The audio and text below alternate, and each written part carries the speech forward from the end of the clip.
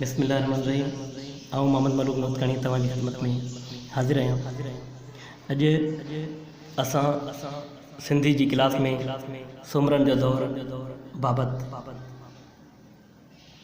पढ़ंदासीं।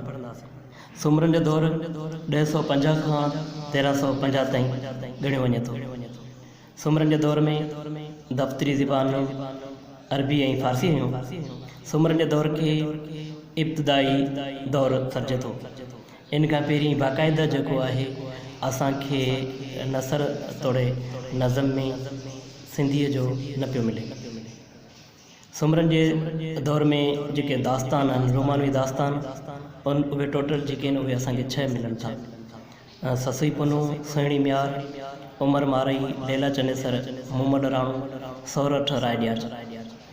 ऐं हिन 6 खे लतीफ़ जो सुरमियूं जेको आहे शाह लतीफ़ पंहिंजे शाइरी में ॻायो आहे। 6 जो ज़िक्र जेको आहे सुमरन जे दौर सां आहे।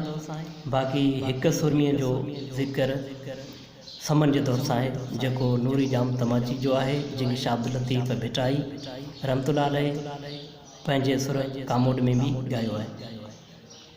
हिन दौर में असांखे सभ खां अवल जेके गेज ॻाह मिलनि था, माई मरखा शेखण अवाइली गेज जी शाइर हुई, जंहिं पंहिंजे मुर्शिद शेख किरियो भांडारीअ बाबति शेर चया। ऐं हिन दौर में असांखे रिज़्मिया शाइरी चई वञे थो। रिज़्मिया शाइरी हिकिड़ो अहिड़ो क़िस्म आहे जंहिंमें जंग जा महक जेके आहिनि उहे बयानु कया वञनि। भागू भान जेको आहे सिंधी रिज़्मिया शाइरी जो अवल शाइर हो। हिन भूंगर जे पुटनि दोदे चनेसर जे किसे खे ॻाए वॼाए मशहूरु कयो। जॾहिं दोदे ऐं चनेसर जी जंग लॻी हुई, उन टाइम ते पग तां तकरार थियो हो। उन टाइम ते हिन जो शेर जेके आहिनि मुख़्तलिफ़ क़िस्मनि जा जेके आहिनि असांखे शेर मिलनि था। भागूबान हुन सॼे किसे खे मंज़ूम ॻायो आहे। पीउ पुॼाणा पागड़ी आ चनेसरा, भाग सणाओ तुंहिंजो, तोखे भली ॼणियो मां। इहो हिनखे चनेसर खे ॿुधाए थो। पोइ चनेसर घर वेंदो आहे। पोइ जॾहिं वापसि ईंदो आहे त चनेसर उन टाइम ते पोइ माउ खां पुछणु वेंदो आहे। उन टाइम ते जेको आहे चनेसर जा जेके भागूबान उन्हनि चवे थो, पीउ पुॼाणा पागड़ी दोदा भाई म रांद, राज न ॾिजनि मंगिया ॾिजनि डांद, पाए ॻिची पांद दोदल तिन मञायो। दोदे मञियो, सरदारनि दोदे खे पग ॿधाई। समा सोढा सुमरा राज जित मिड़नि, ख़लकूं उत अचनि दोदे जी दरबार में। ऐं उन टाइम ते जॾहिं जंग लॻी हुई सुमरन जूं जेके साम्हूं हुयूं उहे अबड़े झलियो। पोइ जेको भागूबान जेको आहे उहो साम्हूं खणी वेंदो आहे अबड़े ॾांहुं, अबराणे खे बैत ॾींदो आहे।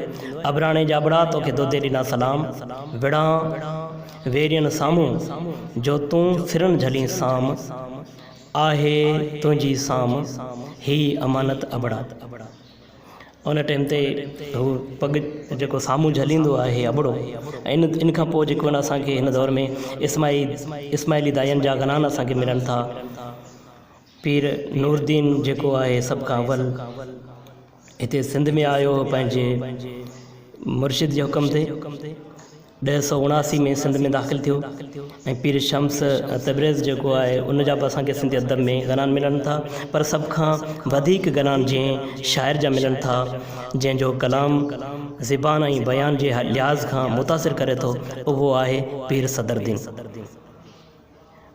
इन खां अलावा भागूबान समंग चारण जेको सिंधी ज़बान जो हिकिड़ो शाइर आहे, केराकोट जो राकू हो, पाण दरबारी शाइर हो लाखे फुलाणे जो।